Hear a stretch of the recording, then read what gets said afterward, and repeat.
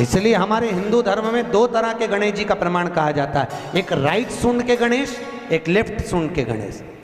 Right सूंड का जो गणेश होता है वो घर में रखा जाता है, और लेफ्ट सूंड का जो गणेश होता है वो अपने ऑफिस में, व्यापार की जगह पर, दुकान में, धंधे में, पानी में, सर्विस में, नौकरी में लेफ्ट सूंड का गणेश रखा जाता है।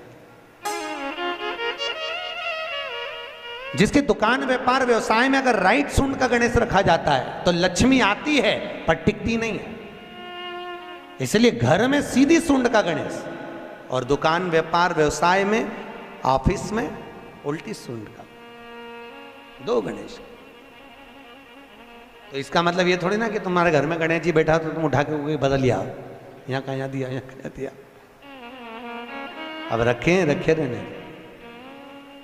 हमेशा याद रखो, गणेश चतुर्थी के बाद अनंत चतुर्दशी पर जब गणेश जी का विसर्जन करते हैं तो गणेश जी की दो धर्म पत्नियां, वैसे तो गणेश जी की कुल मिला के 5 पत्नी, कितनी है गणेश जी की? 5 पत्नी।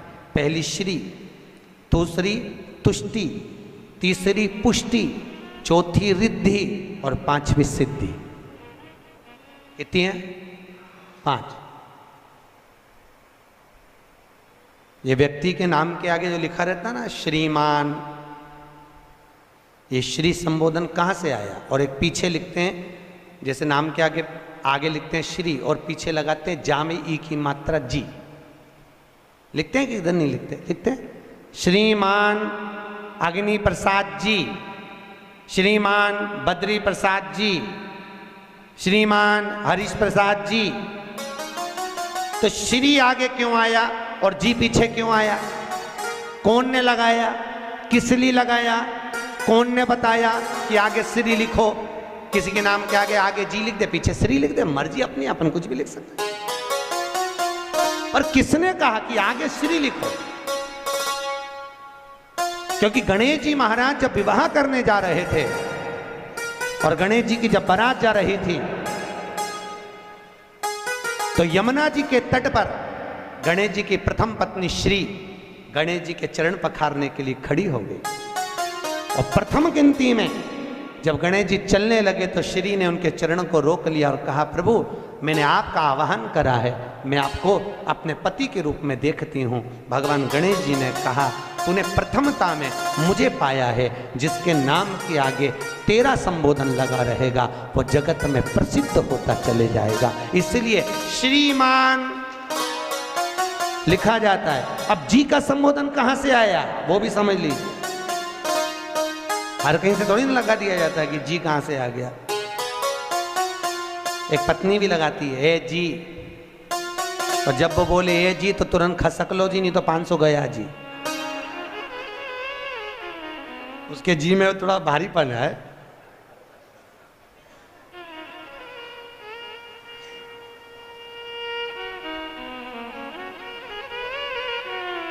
तैतीस करोड़ देवी देवता में सबसे सुंदर जोड़ी थी शंकर और पार्वती की। सही है कि गलत है?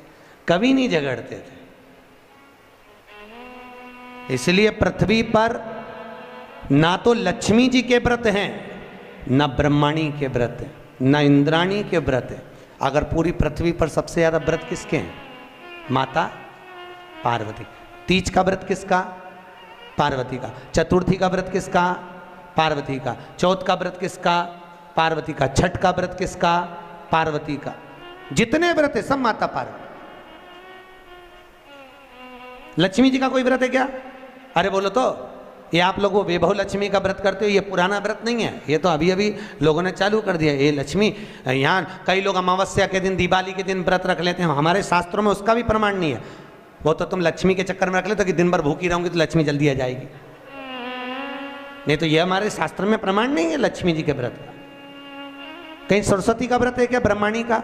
अरे बोलो तो सर, बसंत पंचमी के दिन रखती हो कि सरस्वती का व्रत? नहीं, केवल एक व्रत माता पार्वती का। क्यों नहीं है?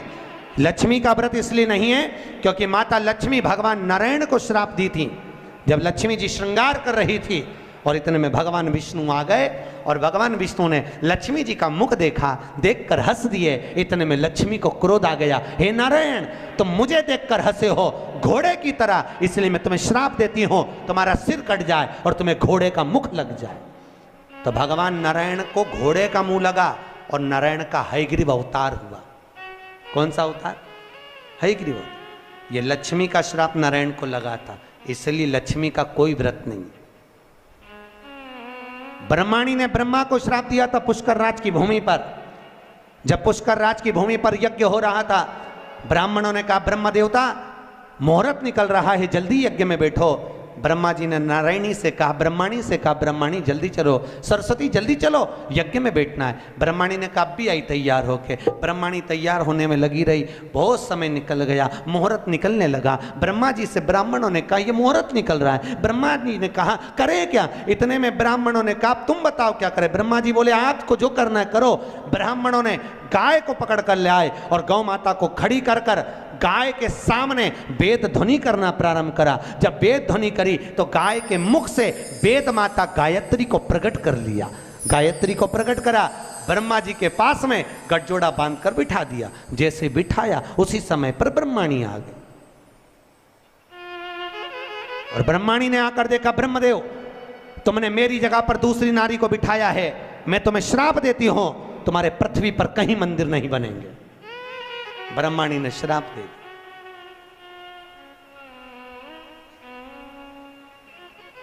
कहीं पर मंदिर है ब्रह्मा जी का, केवल एक जगह पुष्कर जी में जहां यज्ञ करा था वहां। तो ब्रह्माणी ने ब्रह्मा को श्राप दिया, लक्ष्मी ने नारायण को श्राप दिया, इंद्राणी ने इंद्र को श्राप दिया। पर एक माता पार्वती ऐसी थी जो कभी ऊंची आवाज में बात नहीं करती थी, इसलिए पृथ्वी पर सबसे ज्यादा व्रत माता पार्वती के होते हैं। व्रत तुम्हारे भी चालू हो सकते हैं, तुम ऊंची आवाज में नहीं बोलो तो व्रत करा, दिक्कत नहीं है। व्रत तुम्हारे भी हो जाए चालू, बस तुम मीठा बोलो तो व्रत चालू करने में किसको दिक्कत।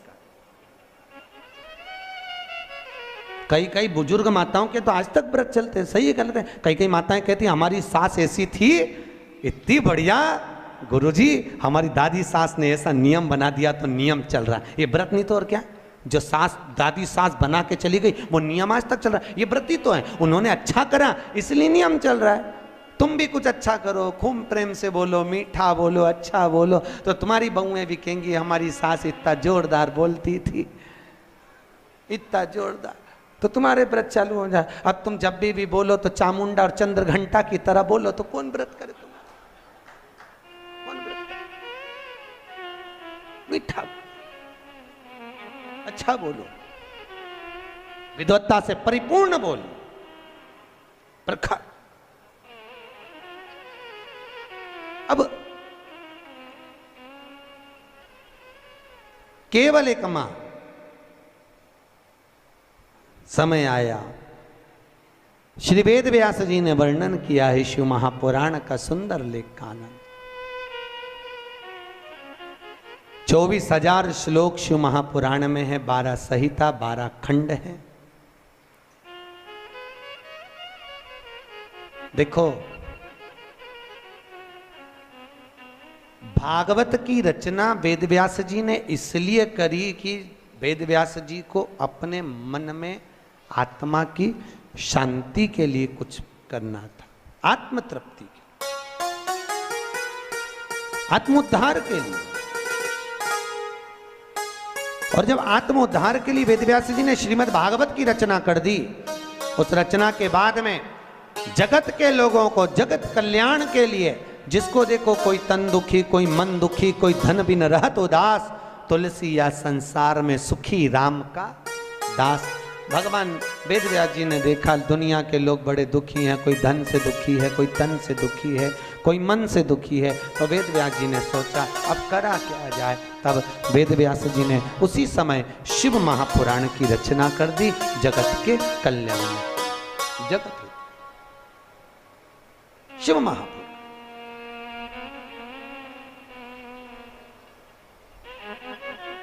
वेद व्यास जी लिखे, एक बड़ा सुंदर महत्तम लिखा,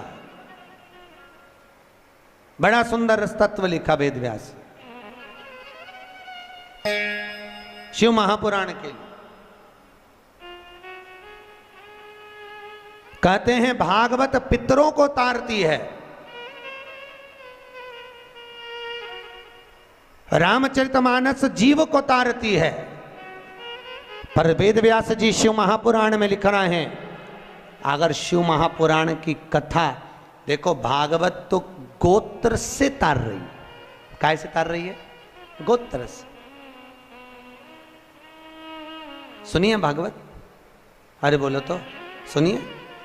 गौकर्ण ने धुंधकारी के लिए गया जी में पिंडदान करा था कि नहीं करा था? उसके बाद भी धुंधकारी तरा था क्या? अरे बोलो तो नहीं तरा। गया जी में पिंडदान करने के बाद भी धुंधकारी नहीं तर पाया। क्यों नहीं तरा? क्या गया से मुक्ति नहीं मिलती लोगों को? अगर गया से मुक्ति नहीं मिलती तो दुनिया के लोग गया जी में जाके पिंडदान करते क्या? नहीं करते।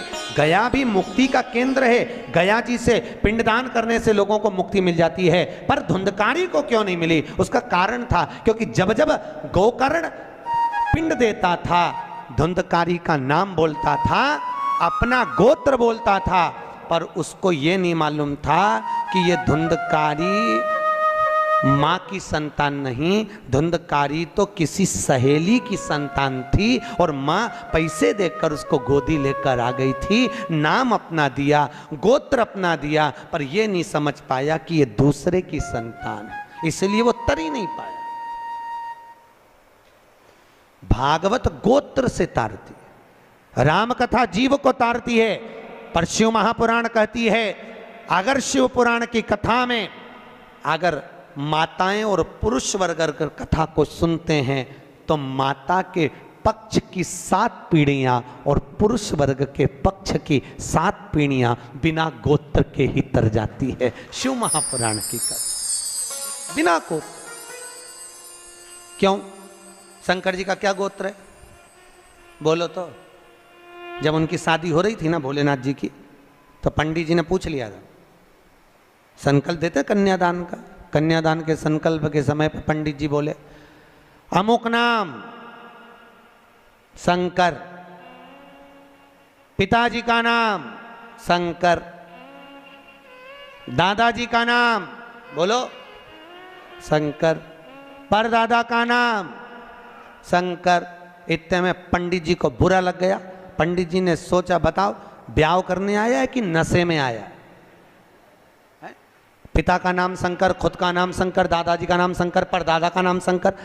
इतने में तुरंत पंडित जी उठ के खड़े होकर हिमालय राज से बोले, वहां भोलेनाथ जी के सम्मुख में हिमालय राज से बोले, हिमालय राज ये कैसा दूल्हा? अपनी लड़की को तुम्हें इसके साथ बिया रहे हो, नशेले के साथ, गंजेड़ी भंगेड़ी के साथ? इसे इतनी सूझ नहीं कि अपने पिताजी का नाम क्या है?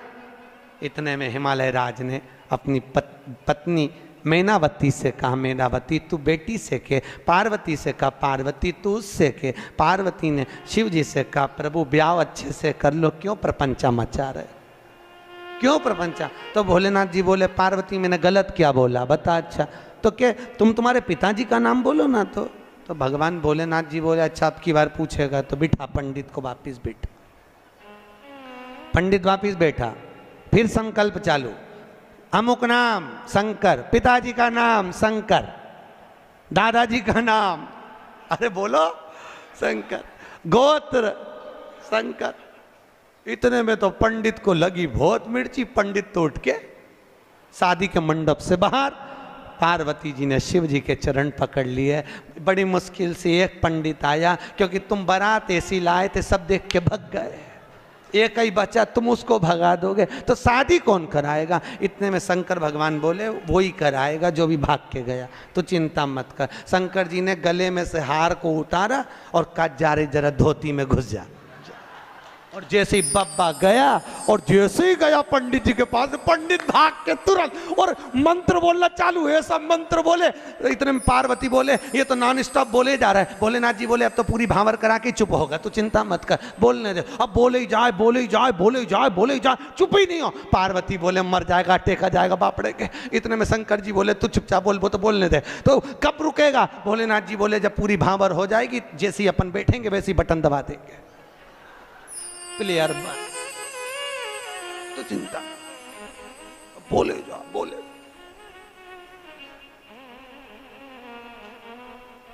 पार्वती बोली अभी भी चुप नहीं हुआ। भोलेनाथ जी ने कहा 7 भावर हो गई, अब तो हार हार। और जैसे ही भोलेनाथ जी ने हाथ धरा बटन, अब नहीं बोला कुछ भी। शंकर जी ने पूछा पंडित जी दक्षिणा, अब चुप हो बैठा है, बोले तो बोलेगा, अगर बोल दे और दूसरा पप्पा भेज दे तो आप बोल के कहा आप तो बोल लेना दक्षिण कहलवा।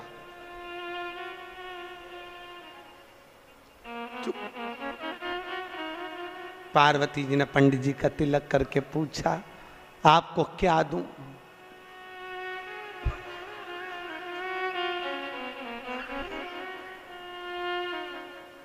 हिमालय राज पूछे पंडित जी कुछ तो ले लो।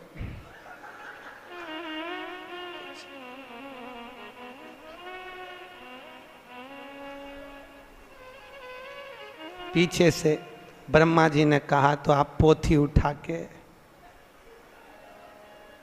कुछ नहीं बोला। घर पे पंडित जी की पत्नी ने पानी पिला के पूछा शादी कैसी रही? आवाज निकले से तो बोलत रहे, अब निकले तो बोले, कुछ बोले से। शिव का विवाह तीसरे दिन कथा में आएगा, शंकर जी का विवाह जो अपन सुनेंगे। करुणा सागर, यहां शिव कथा कहती है भगवान शंकर की कथा में गोत्र की भी जरूरत नहीं है, यहां बिना गोत्र वाले को भी तार देती है शिव पुराण। आप सुनोगे, माताओं ने श्रवण करी तो उनका माए का पक्ष की भी 7 पीढ़ी, ससुराल पक्ष की भी 7 पीढ़ी कथा को श्रवण कर कर तर जाती है। ऐसी शिव महापुराण की कथा है, शंकर की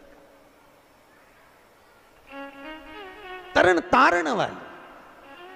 अब कौन ऐसी कथा होगी? भागवत गोत्र से तारे जीव को रथ तारे राम कथा, शिव महापुराण तार। चले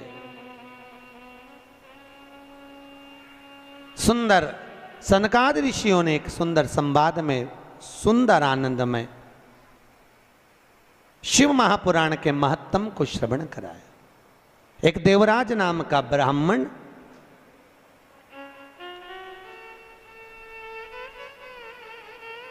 ब्राह्मण कर्म से वंचित रहा। देखो, हमारा जन्म जिस कुल में, जिस गोत्र में, जिस जगह पर हुआ है, हम उस वर्ण के अनुकूल रहे। ब्राह्मण का कर्म है शास्त्र पढ़ना, शास्त्र सुनाना। वैश्य का कर्म है धन एकत्रित करना। क्षत्रिय का कर्म है रक्षा करना। शूद्र का कर्म है इन तीनों वर्णों की सेवा। पर आज के जमाने में सब अपने अपने वर्ण से विभाजित हो गए। द्रौपदी के सम्मुख में एक प्रश्न आया था। द्रौपदी के सम्मुख में एक सामने एक प्रश्न आया था। अश्वत्थामा ने द्रौपदी के सोते हुए 5 पुत्रों का वध कर दिया। सुनिए कथा भागवत जी में, द्रौपदी के सोते हुए 5 पुत्रों का वध अश्वत्थामा ने करा था।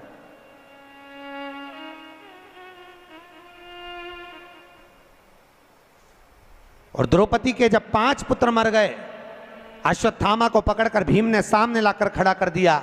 द्रौपदी के हाथ में तलवार दे दी, मार दे द्रौपदी इस अश्वत्थामा को। द्रौपदी कहती है इसको नहीं मार सकती। क्यों?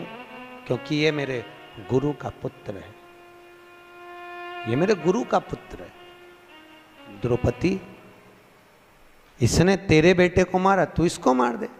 द्रौपदी कहती है नहीं, ये मेरे गुरु का पुत्र है। ये ब्राह्मण होकर अपने कर्म से वंचित हो गया, पर मैं क्षत्राणी होकर अपने कर्म से वंचित नहीं होंगी।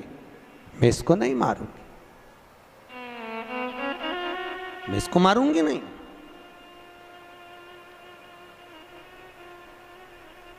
अरे इसने तेरे पुत्र को मारा, तू इसको मार दे। नहीं नहीं नहीं स्वामी, यह हमारी शास्त्र की रीति नहीं कहती कि कोई कुत्ता हमें काटे तो क्या हम कुत्ते को काट लें। ऐसा होता है क्या? अरे बोलो तो सही। पर घर में ऐसा ही होता है, सास ने कुछ बोला और बहू ने पलट के जवाब दिया, तो ये तो वही बात हो गई कि कुत्ता तुम्हें काटा तो तुम कुत्ता काट गई। बात तो यही है भैया। शिव महापुराण की कथा कर रही है, सास कुछ बोले, पिता कुछ बोले, बहू और बच्चों को चाहिए कि पलट कर जवाब ना दे, ना जवाब दीजिए। कई लोग कहते हैं हमारी सास हमें बहुत गाली देती है, महाराज हमारी सास बहुत अपशब्द बोलती है। बोलने दो,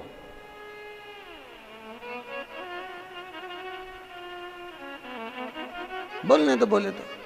एक पत्थर का टुकड़ा एक खदान से निकला, उसी खदान में से मार्बल का जब टुकड़ा निकला, हथौड़ी की चोट दे देकर उसकी मूर्त बनाई गई। बनाई कि नहीं बनाई? वही मार्बल का टुकड़ा जमीन पर लगा है, लोग उस पे जूता रख के चल रहे हैं, वही मार्बल की मूर्ति मंदिर में पूजा रही है। बस अंतर इतना है, जिसने चोट को सहन कर लिया वो मंदिर में पूजा गया, जो सहन नहीं कर पाया वो जूते खा रहा, वो जमीन पर लगा है। सास ससुर घर के बड़े हमको चोट दे दे कर तरासते हैं, पर हमारी आदत इतनी विचित्र है कि हम सास को ही तरास देते हैं, तो हमको तरास।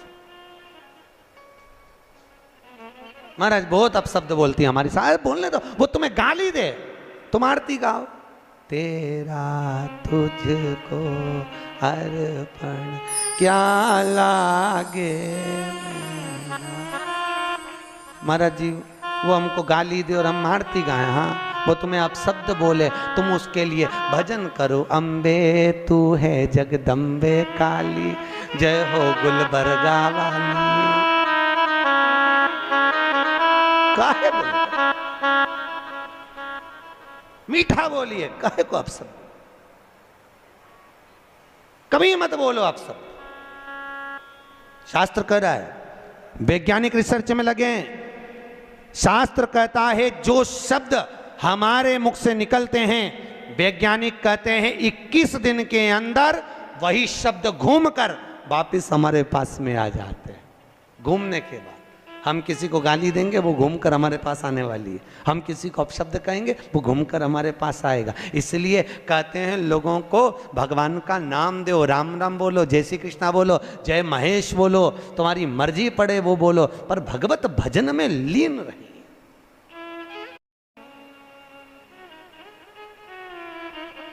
भगवत भजन में एक जगह शिव महापुराण की कथा करने गए थे, कौन सा स्थान था? मंगरूल पीर। वहां पर हमारे मारवाड़ी समाज के महेश्वरी बंधु कुछ बोले कि हम तो वेंकटेश भगवान को मानते हैं, हम कथा में नहीं आएंगे, तुमने गलत कथा रख ली शिव महापुराण की। भैया यहाँ शास्त्र कह रहा है तुम महेश्वरी महेश के वंशज हो। सही है कि गलत है? अरे बोलो तो। महेश, पर आज के जमाने में लोग सीधी सीधी बात, शास्त्र शिव जी के कितने लड़का लड़की थे? अरे बोलो तो। शंकर भगवान के कितने बच्चे? शिव जी के 7 लड़के और 6 लड़कियां थी। कितने लड़के थे? 7 लड़के और 6 लड़कियां भगवान भोलेनाथ के। उन 7 लड़कों में से भगवान शिव के 5वें नंबर के लड़के से महेश्वरी वंश का उत्पत्ति हुई है, तब जाकर तुम महेश्वरी कहला। और तो लोग कहते हैं हम तो भैया नारायण वाले, हम शंकर जी का प्रसाद नहीं लेंगे, हम शिव के मंदिर नहीं जाते। अरे भैया क्यों लजाते हो? भगवान महेश के वंशज हो, महेश को नहीं पूछोगे, दादा बाबा को नहीं पूछोगे तो किसको पूछो? मुझे बहुत प्रसन्नता हुई थी जब गुलबर्गा में महेश्वरी समाज की यहाँ पर अध्यक्ष बैठी है, महेश्वरी महिला मंडल की, तो आज से 12-1 साल पहले कथा करी थी शिव महापुराण की, महेश्वरी महिला मंडल ने करवाई थी। एक बार जोरदार ताली बजाओ पूरी महिला मंडल के लिए। बहुत सुन, ऐसे शुभ कार्य हमारे जीवन में, हम जब मृत्यु लोक में अगर जन्म लिए हैं, हमारे जीवन काल में जब हम आए हैं और उस काल में आने के बाद में हम कुछ सत्कर्म की ओर गए, सत्कर्म की। ये जितने मारवाड़ी हैं, चाहे अग्रवाल हो, चाहे महेश्वरी हो, चाहे ये ओसवाल कहते हैं, दिगंबर कहते हैं, हम वहां से निकले, हम वहां से निकले, इन सब की उत्पत्ति शंकर से, किसी की भी उत्पत्ति बाहर से नहीं, किसी की उत्पत्ति बाहर से, सब शिव के, सब शंकर के, जितने मारवाड़ी, ओसवाल, खंडेलवाल, अग्रवाल, महेश्वरी, ये जितने जितने जितने जितने हैं सब शिव के दिए हुए। शंकर भगवान की जो 6 लड़कियां हैं, जया, विषहरा, आदिक आदिक आदिक आदिक, इन सब से उत्पत्ति है पूरी खांबों की। कहां डूब?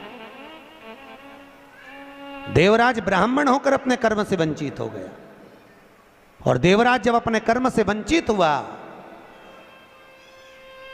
एक बार शिव जी के मंदिर में पहुंच गया, शंकर जी के मंदिर में उसको ताप आ गया, बुखार आ गया, कहां जाऊं, बहुत ठंड लग रही थी, शिव मंदिर में छुप गया।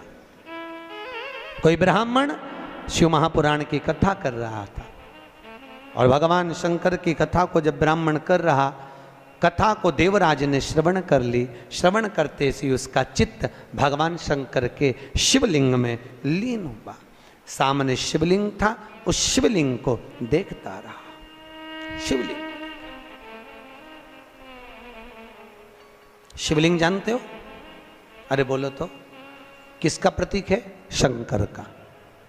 लिंगायत संप्रदाय के अंतर्गत, अगर आपके यहां पर लिंगायत संप्रदाय है, तो लिंगायत संप्रदाय के अंतर्गत जितना प्रामाणिकता भगवान शंकर के शिवलिंग की है, लिंगायत संप्रदाय के अंतर्गत माता हो, पुरुष हो, गले में चांदी की कटोरी में भी शंकर का शिवलिंग धारण करती।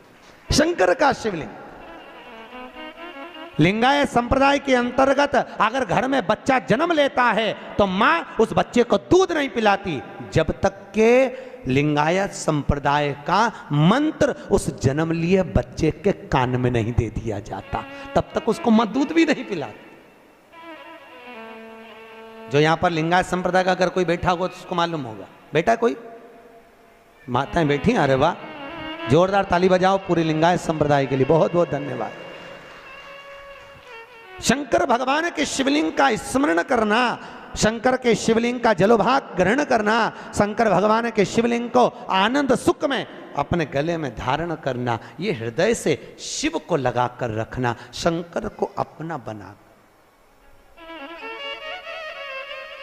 हमारे अग्रवाल जी से हमने पूछा, बोले गुरुजी कल शोभा यात्रा वो ईश्वर मंदिर से निकलेगी। हमने पूछा वही मंदिर क्यों चुना तुमने पूरे गुलबर्गा में से? कहे गुरुजी हम वहाँ पर हर सावन में हर सोमवार को जाते रहते हैं, बाबा भोलेनाथ जी से कुछ जान पहचान ऐसी हो गई, बाबा छोड़ते नहीं हैं और हम छूटना नहीं चाहते, तो जिससे दिल लग जाता है। तो शंकर का शिवलिंग से अग्रवाल जी आपका दिल लग गया, तो वो लिंग तुम्हारा हो गया और तुम उस शिवलिंग के हो गए, शिव तुम्हारा। ये देखो दिल लगाना बहुत जरूरी है। अमेरिका वालों ने रिसर्च करा है, अटैक की बीमारी से बचना हो तो दिल लगा लो। वो बोल रहे हैं कुत्ता पालो, वो कह रहे हैं गैया ये पालो वो पालो। हमारे वैज्ञानिकों ने, हमारे संतों ने, हमारे राष्ट्र के संत वेदव्यास जी आदि का अधिक जितने संत हुए, उन्होंने तो पहले से ही कहा इस दिल को लगा कर रखिए। अगर ये दिल संतों में लग गया, सत्संग में लग गया, गौ माता की सेवा में लग गया, शिवलिंग में लग गया, तो फिर ये दिल अगर वहां खुल गया तो फिर हॉस्पिटल में नहीं खुलेगा। हॉस्पिटल में उसी का दिल खुलता है जो सत्संग में नहीं खुला। इसलिए अटैक की बीमारी उसी को आती है, समझ गए?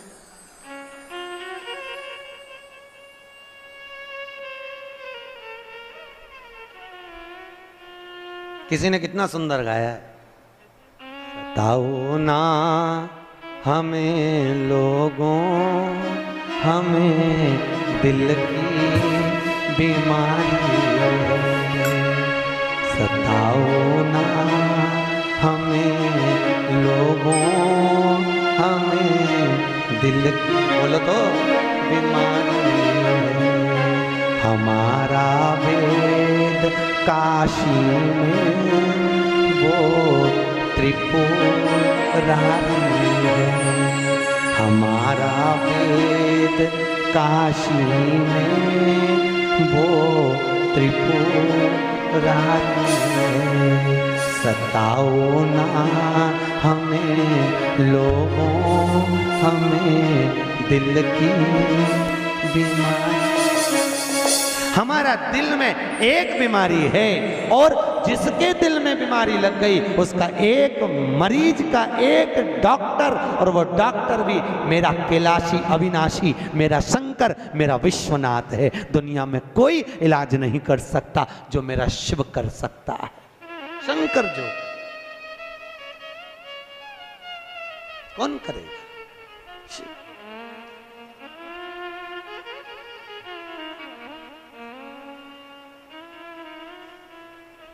बीमार होने पर लोग तुम्हें आईसीयू में पटक देते हैं, वेंटिलेटर पर पड़ा है, परिवार का आदमी भी अंदर नहीं जा सकता केवल डॉक्टर के सिवाय।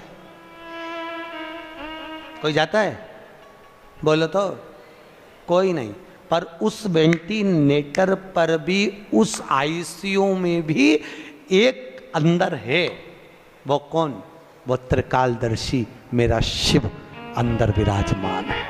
इसलिए कहते हैं जब व्यक्ति को घात आती, एक्सीडेंट होता है, तकलीफ आती है, अटैक आता, शुगर बढ़ती, बीमारी आती, कोई किसी देवता को याद नहीं करता, ना नारायण, ना कृष्ण, ना देवी, ना देवता।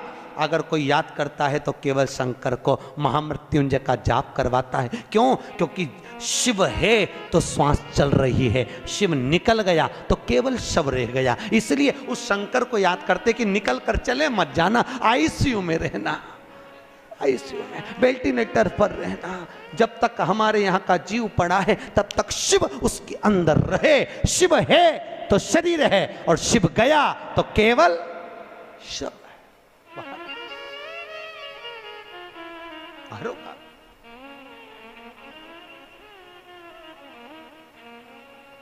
हमारा वेद दुनिया में वो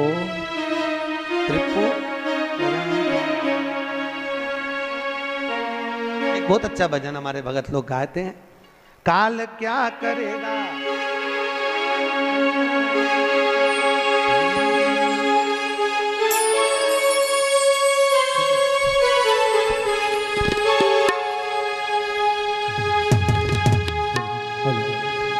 काल क्या करेगा, महाकाल के आगे कर लूंगा दो बात में उस काल के आगे।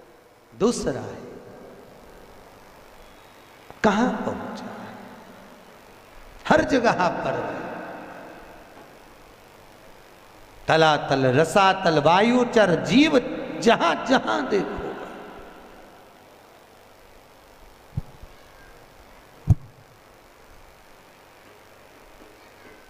चला रहा है। शिव है तो तुम कथा भी सुन रहे हो। सही है कि गलत है? शिव है और शिव नहीं तो कुछ। जोड़ जोड़ के मर गए, यहीं पे छोड़। जब कोई मर जाता है तो लोग पूछते हैं, गुरुजी ये बताओ, लोग मर गए तो राम नाम सत्य कहते कि नहीं कहते? और वो उसके अर्थी लेके जाते हैं तो फेंकते, फूल मखाना और चिल्लर खुला पैसा इधर फेंकते कि नहीं फेंकते? फेंकते। क्यों फेंकते? हमने कहा भैया गरुड़ पुराण में लिखा है फूल इसलिए फेंकते हैं श्रद्धांजलि के, मखाना इसलिए फेंकते हैं कि परिवार पूरा फूला फूला छोड़ के गया, इसलिए। ये पैसा क्यों फेंकते हैं? तो हमने कहा गरुड़ पुराण में नहीं लिखा, पर हम तो हमारे मन से कहते हैं कि मरने के वाले की छाती पे पैसा इसलिए फेंकते हैं कि पूरी जिंदगी जोड़ जोड़ के मर गया, अब तेरे बाप में दम हो तो उठा ले, उठा। एक एक रुपए के पीछे रात के 10-10 बजे तक बैठा रहा, खाने तक की फुर्सत नहीं मिली, कमाए कमाए कमाए, जोड़ जोड़ के मर गया, उठा राम नाम। अरे बोलो तो सत्य है राम नाम, उठा। अब दम हो तो उठा ले। और कल्ला ठूर जैसा पड़ा और छाती पे पैसा पड़ा जिसके लिए पूरी दिन दिन रात रात लगा दी, खाने की फुर्सत नहीं, कमाओ कमाओ कमाओ, जोड़ो जोड़ो, 8 बजे से लेकर रात के 10-10 बजे तक दुकान नहीं छोड़े, कमाओ कमाओ कमाओ, एक एक रुपए के पीछे झगड़ा कर ले। अब उठा, उठा। खुद की औलाद खुद की छाती पे फेंक रही, राम नाम सत्य के क्या, उठा ले। अच्छा ऐसा पड़ा, उठा ले। अब तो नाक में भी रुई धरी, उठा, उठाओ। जिसको कमा कमा के मर गए उसी को तुम्हारी छाती पे पटका कि ये रुपया किसी काम का नहीं दादा, कर लिया सो काम है, भज लिया सो राम है, और दे लिया सो दान है। ये शिव महापुराण की कथा यही सीख देती है। इसलिए तो शंकर जी शमशान में बेफिक्र होकर रहते हैं कि अलमारी होए तो चाबी लगाना पड़े, अपन तो खुला छोड़ो और घूमने चलो। का मतलब आग लगे बस्ती में, अपन रहो मस्ती में, का मतलब क्या मतलब। नामदेव जी का चरित्र सुना? नामदेव जी, एक बार नामदेव जी की कुटिया में आग लग गई, गांव के लोग इकट्ठे हुए, उन्होंने नामदेव जी के घर में से गद्दा वगैरह चटाई वगैरह निकाल ली, थोड़ी किताब। नामदेव जी आए, उन्होंने देखा आज तो मेरी कुटिया में आग लग गई, धन्य है रे भगवान, बारे मेरा पांडुरंगा, हरि विठल, गजब करा तूने, आज अग्नि के रूप में आ गया, बारे प्रभु वाह। नामदेव जी से लोगों ने कहा हमने इतना सामान बचा लिया। नामदेव जी बोले काय को बचाया, भगवान आए थे, दे दो, लाओ दो। गद्दा भी पटक दिया, चटाई भी पटक दी, रजाई भी पटक दी। गांव के लोगों ने सोचा अपन ने तो बचाया, बताओ इसको देखो तो सही, पूरा आग में पटक दिया, अगली बार लगने दे आग, अपन एक चीज नहीं बचा। और एक गांव का लोग इसको ओढ़ने के लिए कुछ मत देना, ठंड का समय है, ठंड में मर जाएगा अपने आप। नामदेव जी आगी लगी, कुकड़ते कुकड़ते सो रहे हैं। गांव के लोगों ने कहा एक रात सोएगा ना बिना रजाई गद्दा के मर ही जाएगा, मत दो एक भी। गांव के लोगों ने दिया ही नहीं, सब चले गए, इसको सबक देना जरूरी है। नामदेव जी रात को सोए, भगवान ने सोचा अग्नि के रूप में भी मेरा दर्शन करा इस नामदेव ने, मेरा भगत है, ऐसा ठंड में उकड़ उकड़ के मर जाए क्या मतलब। भगवान रात को आके मखमल का गद्दा बिछा के, मखमल की रजाई, सुंदर तकिया, सुंदर झोपड़ा बना के भगवान ने उसको सुलाया। गांव के लोगों ने सोचा चलो चल के देखे जिंदा है कि मर गया। जो जाके देखा वे तो मखमल के गद्दे रजाई में, एक नंबर झोपड़े में सो रिया। नामदेव जी को जगा के गांव के लोगों ने पूछा क्यों इतना जोरदार झोपड़ा किसने बनाया, महल जैसा, कौन आया था, तुम्हारा रिश्तेदार? नामदेव जी बोले हाँ। एक रात में बना गया? हाँ भैया नामदेव, तेरा रिश्तेदार झोपड़ा अच्छा बनाया, ऐसा झोपड़ा हमारा भी बनवा दे। नामदेव ने कहा लगाओ आग। अभी तुम्हारे घर में आग लगाओ, वो बना के जाएगा। प्रैक्टिकल तो करो, करो तो सर। आदमी कितनी मेहनत करा वो नहीं दिखता, परंतु ये महल कैसे बन गया, ये इतना माल कैसे आ गया, ये कैसे हो गया। अरे भाई मेहनत तो लगाओ आग, अपने अपने घर में भी लगाओ, अभी आएगा रात के बनाने, लगाओ तो करना पड़ता है। भजन नहीं करो तो भगवान मिले कहा। शिव करुणा सागर शंकर ने, देवराज भगवान शंकर के शिवलिंग का स्मरण कर कर शिव में समाहित हो गया, प्राण छूट गए, शंकर के धाम गया। महत्व वर्णन करता है कि बिंदुक नाम का ब्राह्मण था जिसकी धर्म पत्नी का नाम था चंचुला देवी। क्या नाम था? चंचुला। एक होती है धर्म पत्नी, एक होती है पत्नी। ये चंचुला जो थी ये धर्म पत्नी नहीं थी, ये पत्नी थी। धर्म पत्नी और पत्नी दोनों में जमीन और आसमान का अंतर होता है। धर्म पत्नी पति को धर्म के पथ पर लेकर जाती है। धर्म पत्नी पति को शिव महापुराण तक लेकर जाती है और पत्नी पति को सिनेमा घर तक लेकर जाती है। अंतर है। पत्नी पति को शॉपिंग मॉल तक लेकर जाती है, पत्नी पति को मायके तक लेकर जाती है और धर्म पत्नी पति को कहती है चलो सालसर भवन में कथा चल रही है, चलो। रोज प्रतिदिन कहती है। आपसे निवेदन है 7 दिन में 1 दिन धर्म पत्नी का फर्ज अदा करना। और शिव महापुराण की कथा कहती है धर्म पत्नी का फर्ज ये भी है कि पति को धर्म के पथ पर लेकर आए, और अगर पति कथा में नहीं आ रहा हो तो जितनी कथा यहां सुनो उतनी कथा घर जाके सुनाओ। यही बात हमने पूना में मंगलवार पेट में कही थी कि जितनी कथा यहां सुनो घर जाके सुनाओ। एक नई नवेली बहू तीसरे दिन कथा में आके बोली गुरुजी आज मेरा सेठ कथा में आया है। मैंने कहा बहन मिलवाना हो। आखिरी में वो बेलपत्र लेने आया तो हमने पूछा भैया 3 दिन कथा में नहीं आया, आज चौथे दिन कैसे आया? उसने कहा गुरुजी रात को 9 से 12 सुनने से अच्छा है दिन में 2 से 5 सुन लूं। बोले नारायण आप नहीं जानते मेरा ससुर सही में आज मालूम पड़ा कि मेरा ससुर है। आज तक नहीं मालूम था कि ये मेरा ससुर है, आज मालूम पड़ा कि ये मेरा ससुर है। भगवान नारायण ने कहा ऐसा ससुर दुनिया के लोग भगवान से प्रार्थना करेंगे ऐसा ससुर किसी को ना दे। शंकर जी कहते हैं मेरे ससुर जैसा ससुर भगवान सबको दे। सब ऐसे क्यों कह रहे?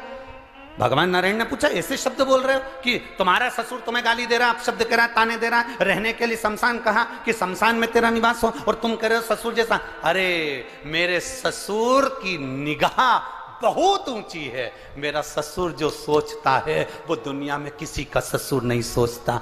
मेरे ससुर ने कितना मेरे लिए सोचा। मेरे ससुर ने कहा तू शमशान में निवास करना, क्योंकि मेरे ससुर अगर दूसरी जगह पर प्लाट दिलाता तो वहां कोई भी कब्जा कर लेता, तो मेरे ससुर ने मुझे शमशान दिया है। शमशान में कौन कब्जा करे? शमशान में कौन कब्जा करे? मेरे ससुर ने मुझे रहने के लिए शमशान दिया। शिव तू शमशान में रहना। शंकर भगवान उठकर नाचने लगे। मेरे ससुर जैसा दुनिया में कोई ससुर नहीं होगा जो मेरे लिए इतना सोचा है, इतना विचार करा कि ये सीधा साधा है, इसको लोग भोला कहते हैं। अरे इतना भोला है कि इसके पास में विष आया तो विष पी गया, धतूरा आया तो धतूरा धारण कर लिया, अरे सांप मिला तो सांप धारण कर लिया। इतना भोला मेरा जमाई है। अगर मैं इसको कहीं दूसरी जगह प्लाट दिला दूंगा और मकान बना दूंगा तो ये किसी को भी दान दे देगा। इसलिए इनने कह दिया कि तू शमशान में रहे। शमशान में कोई ना तो कब्जा करेगा और ना कोई शमशान दान लेगा। शमशान शमशान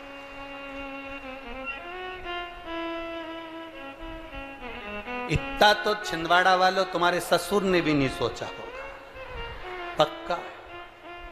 जितना भोलेनाथ जी के ससुर सोचे, इतना नहीं सोचा। अब शब्द कहे गए, निंदा करी गई, ताने दिए गए, आड़ा टेढ़ा कहा गया। कहा दुनिया के लोगों ने, फिर वही बात, प्रशंसा करने वाले कम हो जाए चल जाएगा, पर निंदा करने वाले कम नहीं होना चाहिए। जितने निंदा करने वाले, तुम्हारे लिए अपशब्द बोलने वाले जितने जितने ज्यादा होंगे, उतना उतना तुम जिंदगी की उन्नति की ओर बढ़ते चले जाओगे। आग लगे बस्ती में, अपन रहो मस्ती में, लहे सो कहे।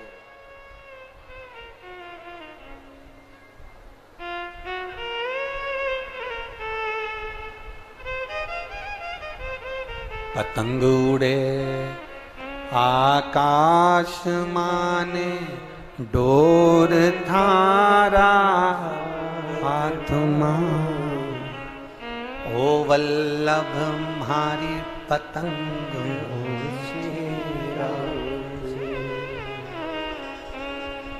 वो कहे सो ठीक। है सो तो।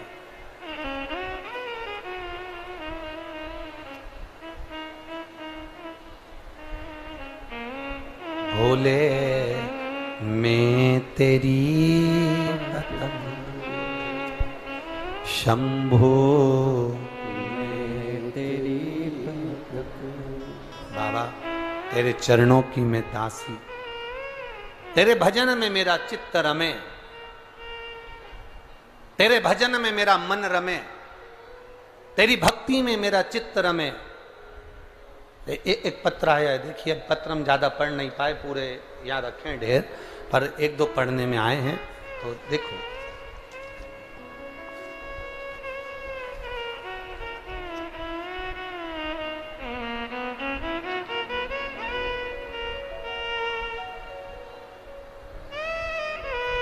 शैल कुमारी साहू, पति जगदीश प्रसाद साहू, वार्ड नंबर 7, जूना मोहल्ला, मोहखेड़, जिला छिंदवाड़ा। मोहखेड़ सही है? हाँ ठीक है ना, यही नाम है ना? ठीक है, तुम समझ गए ना? हाँ बस, बाकी के जाने दो। शैल कुमारी साहू, पति जगदीश प्रसाद साहू, वार्ड नंबर 7, जूना मोहल्ला, मोहखेड़, जिला छिंदवाड़ा। मोबाइल नंबर ये है। कहीं बैठी हो तो हाथ हिला सकती हो, अगर कहीं बैठी हो तो अपना हाथ जरूर हिला, जहां भी बैठे हो। गुरुजी, शादी को 13 साल हो गए थे, संतान का सुख नहीं था। गुरुदेव, डॉक्टरों के अनुसार संतान का सुख नहीं था हमारे यहाँ। दोनों की सारी जांचें करी गई, पर डॉक्टरों ने भी कह दिया था कि संतान नहीं होगी। टेस्ट भी करवाया, उसका भी कोई रिजल्ट नहीं आया। तब आखिरी में विचार किया कि अब संतान का सुख है ही नहीं, छोड़ दिया विचार।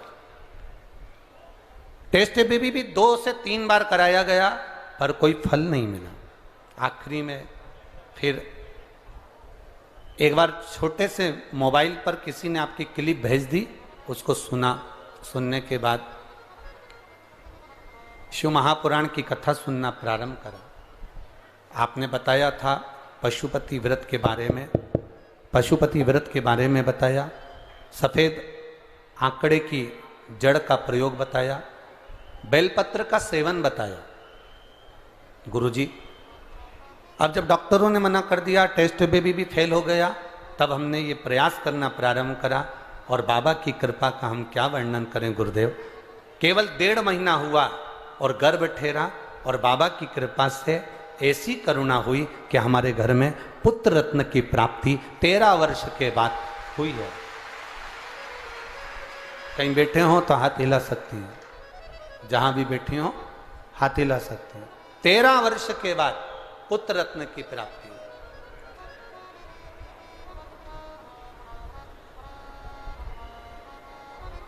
आपने एक लाइन बहुत अच्छी लिखी है शैल कुमारी जी।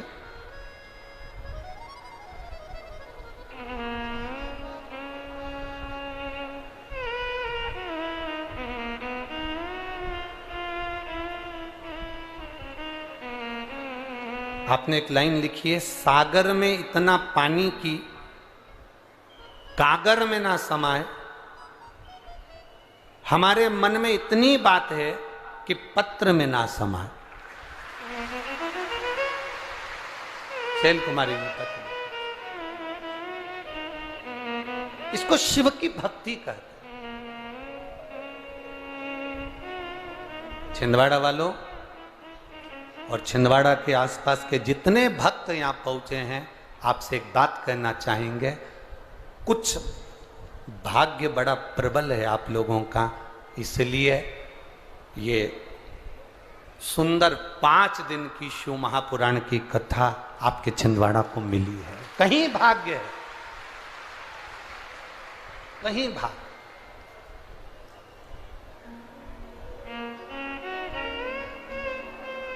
और जितने बैठे हो, हम जानते हैं कि जगह नहीं है पंडालों में, और ये सब हम स्मरण कर रहे हैं, आप लोग इतनी संख्या में सब लोग खड़े हुए हो, साइडों में भी, उधर पीछे भी सब लोग, तो हमारा तो इतना सा निवेदन रहेगा, आप जिस भाव से आए हो, आप जिस विश्वास से आए हो, और अपने घर के लोगों को कह देना 5 दिन की शिव महापुराण की कथा है, एक दिन निकल गया, दूसरा दिन चल रहा है, 4 बजे कथा विराम हो जाएगी, बचेंगे कितने दिन? बोलो बोलो, जम के बोलो जरा। 3 दिन। अपने घर वालों से कह देना कि बस मेरा मन है एक बार पंडाल में आसन लगाकर 5 दिन की जो शिव पुराण है वो नहीं सुन सकी, अगर 3 दिन 2 दिन भी मिल जाए, आधा घंटा 15 मिनट भी मिल जाए, तो हमारी जिंदगी को सार्थक कर जाए। हजारों वर्ष तक तप साधना का जो फल है, हजारों वर्ष तक तप साधना का जो फल मिलता है, शिव महापुराण की कथा में बैठकर भगवान शंकर का गुणगान करने का वो फल हमें प्राप्त हो जाए। वो फल एक बार वशिष्ठ बाबा और विश्वामित्र जी, इन दोनों में विवाद हुआ। ये 13 साल के बाद हुआ है। ले आओ ले आओ ले आओ।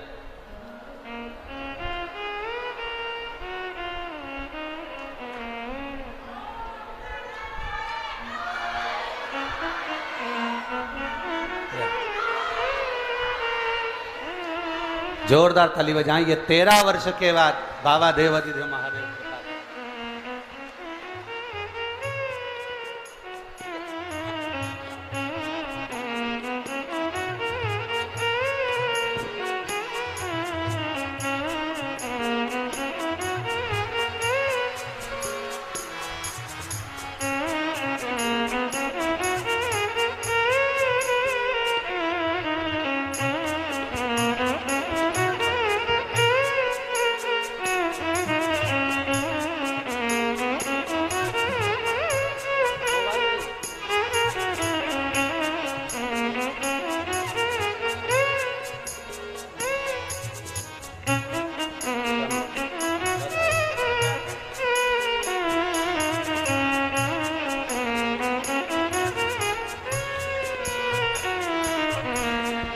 तेरी कृपा बिना न हिले एक भी अणु, लेते हैं श्वास तेरी कृपा से तनो तनो।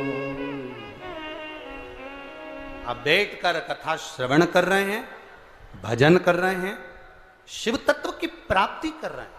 हजारों वर्ष के तप का जो फल होता है, वो सत्संग में अगर जाकर बैठ गए, शिव महापुराण में अगर जाकर बैठ गए, तो एक क्षण के सत्संग में वो फल प्राप्त हो जाता है। एक क्षण के सत्संग में वो फल आपको मिल जाता है, एक क्षण के सत्संग में। वशिष्ठ बाबा और विश्वामित्र जी दोनों में आपस में विवाद हुआ। दोनों में आपस में। विश्वामित्र जी ने कहा तप बड़ा होता है। विश्वामित्र जी कहते हैं तप बड़ा। वशिष्ठ बाबा कहते हैं सत्संग बड़ा। मेरी जीजियों और जितने मेरे भाई बैठे हैं, आप बड़े ध्यान से कथा में इतने मन को लगाइएगा। बहुत दूर दूर से आप छिंदवाड़ा से भी आए हो तो 15 किलोमीटर दूर से आए हो, सही है। आप आसपास से भी आए हो तो दूर से आए हो। 50 रुपये, 100 रुपये, 200 रुपये ऑटो वाले का खर्च कर कर आप यहाँ बैठे हो, आप यहाँ पहुँचे हो। केवल टीवी पर हाथ हिलाने के लिए नहीं आए, केवल टीवी पर हाथ हिलाने के लिए नहीं आए हो। कथा में अपने मन को लगाना। हम तो इस विश्वास से कथा को कहकर जाएं कि जितने आए हो ना, हाथ हिलाने से काम नहीं होगा, झोली भर कर लेकर जाना, बस इतना भगवान से प्रार्थना कर। ये तो कैमरे वालों का काम है, जो आपके सामने कैमरा ले जाएंगे, आप उस पर हाथ हिलाने में अपना समय बर्बाद मत करना। टीवी पर ध्यान न रखते हुए कि मेरा फोटो आया कि नहीं आया, ध्यान ये रखना कि हमने जो कथा सुनी वो हमारी रोमावली से प्रवेश कर कर मेरे देवाधिदेव महादेव ने स्वीकार करी कि नहीं करी, मेरे जैसे जीव को उसको अपना बनाया कि नहा बनाया, हमें उसको स्वीकार, हम उससे प्राप्त करें।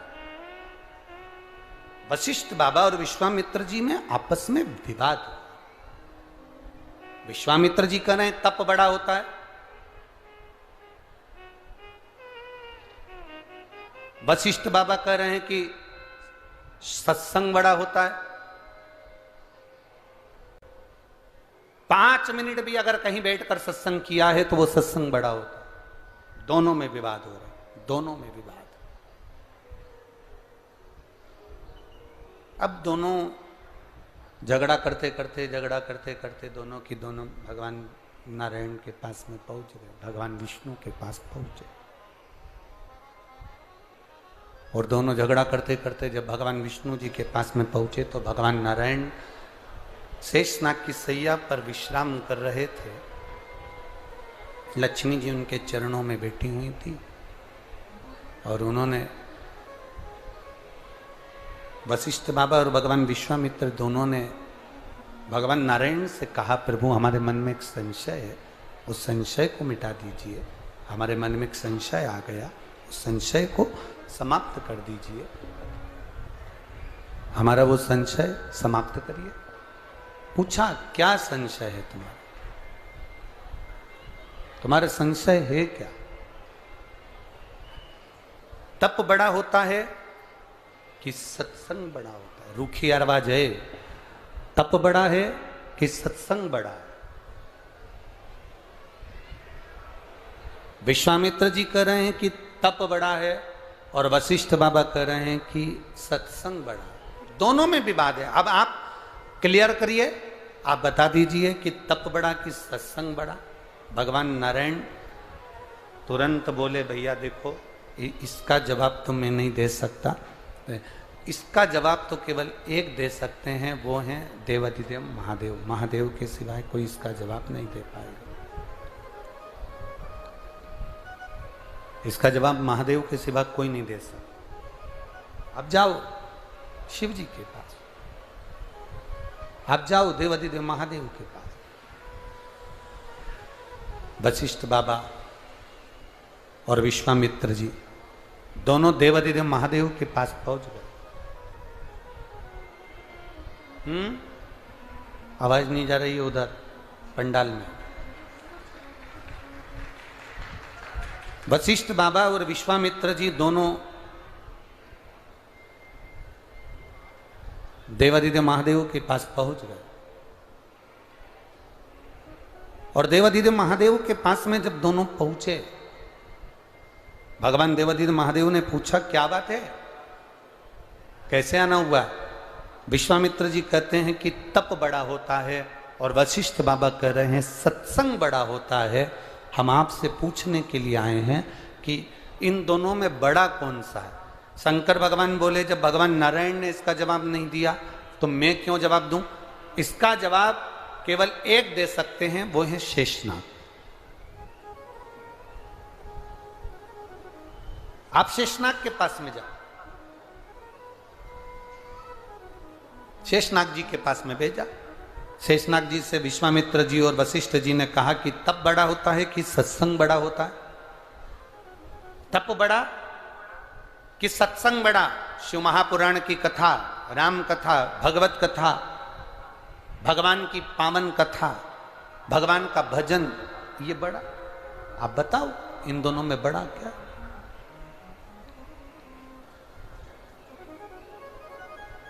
शेषनाग जी बोले, मैं उत्तर तो दे दूंगा पर बात इतनी सी है कि उत्तर देने में मना नहीं है, पर मेरे फन के ऊपर जो ये पृथ्वी रखी है, ये पृथ्वी निरंतर घूम रही है। इस पृथ्वी को घूमने से थोड़ी देर रोक दो तो मैं तुमको इसका उत्तर दे दूं। इतने में विश्वामित्र जी ने हाथ में जल लिया और विश्वामित्र बाबा ने हाथ में जल लेकर संकल्प लेकर कहा कि मेरी जिंदगी में मैंने जितना तप करा उसका सारा पुण्य मैं पृथ्वी को देता हूं, और पृथ्वी तू एक क्षण के लिए रुक जा।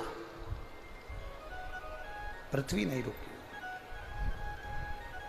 पृथ्वी रुकी नहीं। जब पृथ्वी नहीं रुकी तब वशिष्ठ बाबा ने देखा कि विश्वामित्र जी से ये पृथ्वी नहीं रुकी, तो वशिष्ठ बाबा ने कहा, हे पृथ्वी मैया, मैंने अगर किसी सच्चे गुरु के पास में बैठकर एक क्षण का भी सत्संग करा हो तो वो एक क्षण के सत्संग का पुण्य मैं आपको देता हूं, पृथ्वी रुक जा। और पृथ्वी एक क्षण के सत्संग के पुण्य से रुक गई। तब शेषनाग जी ने कहा कि देखो, ये तप और सत्संग, इन दोनों में सबसे बड़ा है सत्संग। इसलिए शिवपुराण की कथा कहती है कि आप अगर शिवपुराण की कथा में जाकर बैठे हो, टीवी के सामने कथा चल रही है, आप कथा में बैठे हो, मोबाइल पर कथा सुन रहे हो, पंडाल में बैठकर कथा सुन रहे हो, जहां जगह मिली वहां बैठकर यदि आप एक क्षण की भी कथा श्रवण कर रहे हो तो वो एक क्षण की कथा भी तुम्हारे दुख को रोक सकती है, तुम्हारी तकलीफ को रोक सकती है।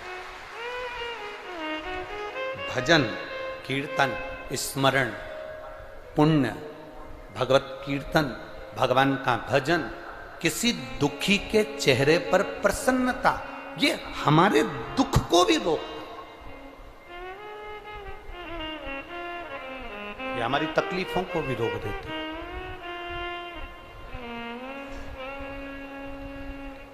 हमारे कष्ट को भी रोक देती है।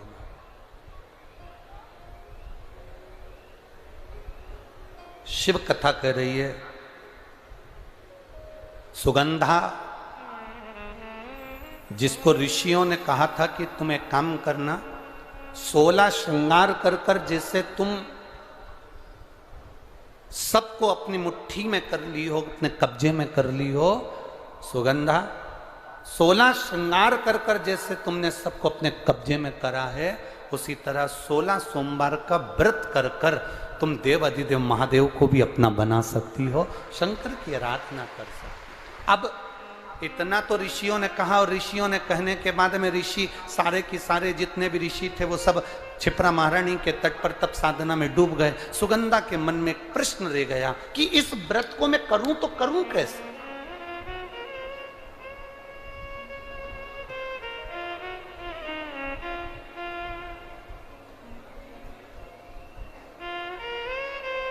पशुपतिनाथ का व्रत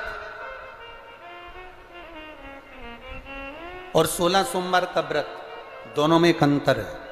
पशुपतिनाथ का व्रत जब 5वां व्रत रहता है, उसी दिन श्रीफल बाबा को समर्पित कर दिया जाता है। बोलो सही है? उसी दिन 5वें व्रत में। पर 16 सोमवार का जो व्रत होता है, इसका जो उद्यापन होता है, वो 16 सोमवार पूरे होने के बाद 17वें सोमवार पर इसका उद्यापन का महत्व आता है। कितने सोमवार पूरे होना चाहिए? जम के बोलो जरा। 16 सोमवार पूरे होने के बाद 17वां जो सोमवार होता है, 17वां जो सोमवार है, बस उस सोमवार पर फिर इसका उद्यापन हो। 16 सोमवार पूर्ण होने, दोनों में अंतर। अब मन में प्रश्न जागृत हो गया सुगंधा के। सुगंधा ने विचार करा कि अब मैं करूं तो करूं क्या। ऋषि तो तप साधना में बैठ गए, ऋषि तो तप साधना में लग गए, क्षिप्रा महारानी के तट पर बैठ गए। अब ये ना जाने कब उठेंगे और कब उठेंगे, और मैं कब इनसे पूछूंगी कि मुझे व्रत कैसे करना है, व्रत का नियम क्या है, व्रत करूं तो करूं कैसे, और इस व्रत को मैं कौन से महीने में उठा लूं जिससे मेरी जिंदगी की सार्थकता सिद्ध हो जाए।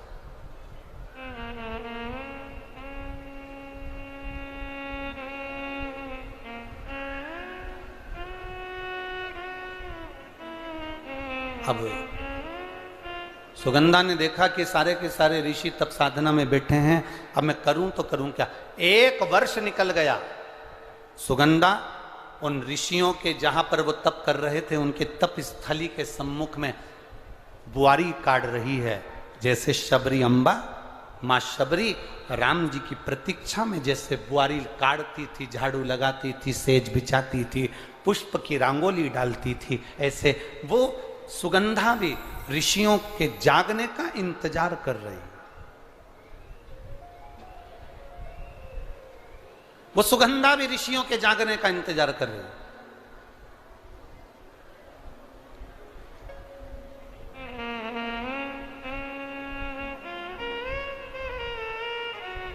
कभी तो नेत्र खुलेंगे, कभी तो ऋषि बोलेंगे। हमारे इसमें कई माताएं ऐसी बैठी हुई हैं, पंडाल में भी और टीवी के सामने जो माताएं आस्था चैनल पर कथा सुन रही हैं, फेसबुक यूट्यूब पर जो कथा सुन रही हैं, उसमें भी कई माताएं, कई भाई लोग ऐसे बैठे होंगे जो मंदिर जाते हैं और मंदिर में जाने का नियम बनाते हैं और 1 महीना, 1.5 महीना, 2 महीना, 3 महीना मंदिर जाते हैं, 4 महीना मंदिर जाते हैं और मंदिर में जाने का नियम बनाने के बाद में जब उनका कार्य नहीं होता तो वो मंदिर जाना छोड़ देते। भगवान सुन ही नहीं रहा।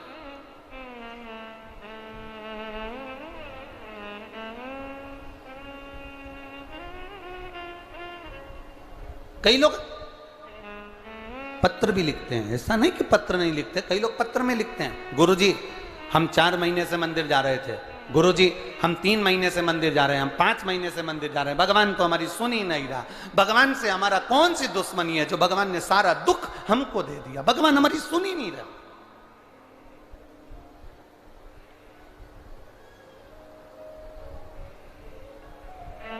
सबकी सुनता है, इतने सारे आपके पास में पत्र आते हैं, गुरुजी भगवान सबकी सुनता है तो हमारी क्यों नहीं सुन रहा? हम भी तो मंदिर जा रहे हैं, हम भी तो भगवान को जल चढ़ा रहे हैं, हम भी तो भगवान के मंदिर में झाड़ू लगा रहे हैं, हम भी तो भगवान के मंदिर में पोछा लगा रहे हैं, हम भी तो भगवान का श्रृंगार कर रहे हैं, फिर भगवान हमारी सुनता क्यों नहीं है? 2 महीना, 3 महीना, 4 महीना जाते हो और मन में विचार रखते हो कि भगवान ऐसा कर देना कि बस मेरा काम हो जाए। भगवान भी मन में सोचते हैं तो चिंता मत कर, तेरे यहाँ किसी की दुकान हो तो उस दुकान को एक बार देखना। एक दुकान में सेठ जी बैठा रहता है, उसको घर पर 5 लाख रुपए पहुंचाना। समझना जरा बहुत अच्छे से, सेठ जी दुकान पर, ऑफिस में, और उसको 5 लाख रुपए अपने घर पर भेजना है। उसके यहां पर 15 नौकर काम कर रहे हैं। एक नौकर 1 महीने पहले लगा, एक नौकर 3 महीने पहले लगा, एक नौकर 10 महीने पहले लगा, एक नौकर 1 साल से लगा, एक नौकर 5 साल से लगा। अब सेठ जी वो 5 लाख रुपए अपने घर भेजना है तो कौन से नौकर के हाथ में देंगे? बोलो रीजी जी।